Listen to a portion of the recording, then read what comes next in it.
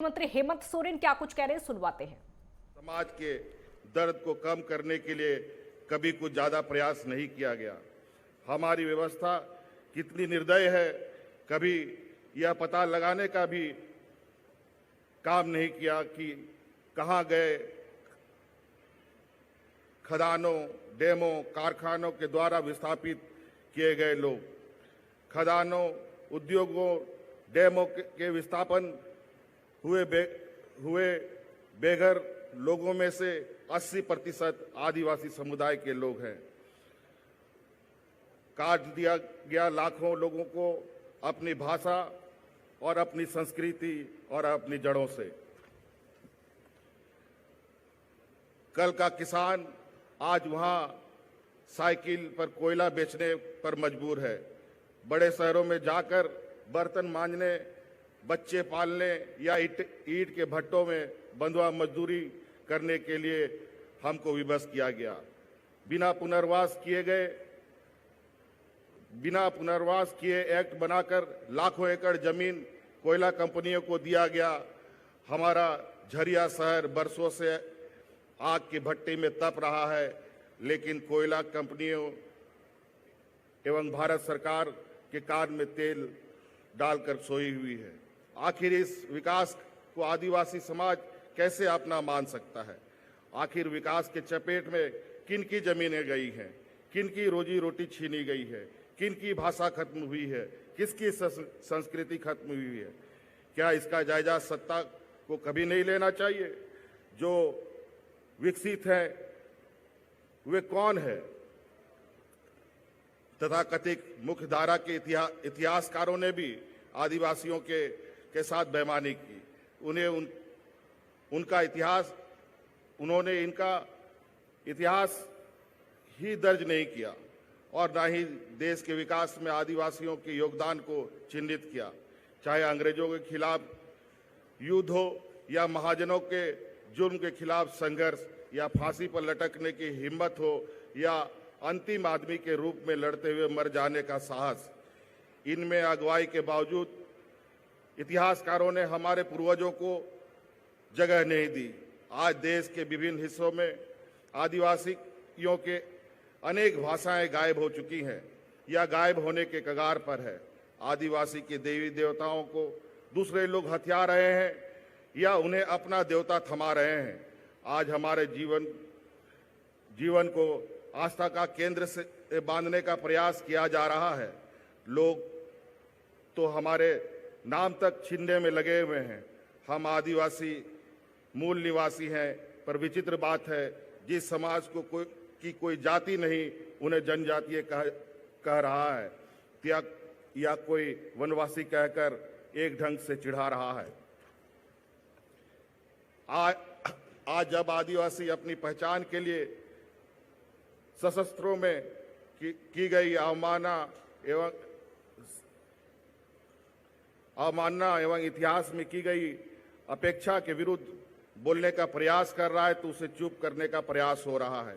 भले ही आदिवासियों में उनकी क्रांतिवीर विद्वान चिंतक हुए हैं, लेकिन समाज के मुख्य धारा के द्वारा हमेशा प्रयास किया गया है कि हमारी कोई औकात नहीं बन सके एवं हम नीति निर्धारण में हमारी कोई भूमिका न रह सके। जब हम आदिवासी संस्कृति समाज के इतिहास को जानने का प्रयास करते हैं तो 1800 ईस्वी के पूर्व का ज़्यादा जिक्र नहीं मिलता है। जब हमारे बारे में लिखना प्रारंभ भी हुआ तो हम केवल क्रांति के श्रृंखला के नेतृत्वकर्ता मान लिया गया। हमें टुकड़ों में बांट कर देखने का प्रयास हुआ, जबकि इतिहास के हर दौर में आदिवासी समाज अपनी विशिष्ट उपस्थिति दर्ज कराते रहा है। हमारे पूर्वजों ने गणतंत्र की स्थापना की, राज निर्माण किया, लोक कल्याणकारी शासक वंशों का स्थापना की। इन परिस्थितियों में यह कहना गलत नहीं होगा कि इस देश में सभ्यता संस्कृति को गढ़ने में आदिवासी समाज की योगदान की पुनः व्याख्या की जाए। हमें आदिवासी समाज को आदिवासी विचारक, लेखक, विद्वान की नज़रों से देखने की जरूरत है। यह सच है कि आज भी देश का सबसे गरीब, अशिक्षित, प्रताड़ित, विस्थापित एवं शोषित वर्ग आदिवासी वर्ग है, परंतु यह भी सच है कि एक महान सभ्यता के वारिस हैं। हमारे पास विश्व मानव समाज को देने के लिए बहुत कुछ है। जरूरत है कि नीति निर्माताओं के पास दृष्टि हो। क्या यह दुर्भाग्य नहीं कि जिस अलग भाषा, संस्कृति, धर्म के कारण हमें आदिवासी माना गया, उसी विविधता को आज की नीति निर्माता मानने के लिए तैयार नहीं। हम आदिवासियों के लिए अपनी जमीन, अपनी संस्कृति, अपनी भाषा बहुत महत्वपूर्ण है। आदिवासी कौम एक स्वाभिमानी कौम है, मेहनत करके खाने वाला कौम है। ये किसी से भीख नहीं मांगता। हम भगवान बिरसा मुंडा, एकलव्य, राणा, पुंजा की कौम है। हम इस देश के मूलवासी हैं। हमारे पूर्वजों ने जंगल बचाया, जानवर बचाया और पहाड़ बचाया। इस महान संस्कृति को आदर्श की दृष्टि से देखने की जरूरत है। हमें सिर्फ जंगल में रहने वाले गरीब के रूप में नहीं देखना चाहिए। जंगल एवं मानव विकास की पूरी कहानी हमारे पूर्वजों के पास है। आज जरूरत है कि एक आम देशवासी के अंदर आदिवासी समाज के प्रति संवेदना जगाई जाए। जरूरत है आम जन के अंदर आदिवासी समाज के प्रति सम्मान एवं सहयोग की भावना पैदा करने की।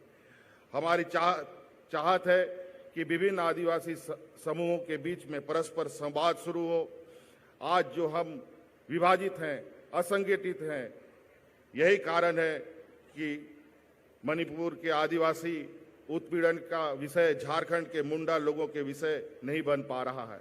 राजस्थान का मीना भाई का दर्द मध्य प्रदेश का भील अपना मानकर आगे नहीं बढ़ पा रहा है। किसी ने इस स्थिति पर ठीक ही लिखा है, जब लड़ाई अस्तित्व की हो, वजूद की हो, तो सामने आना ही पड़ता है।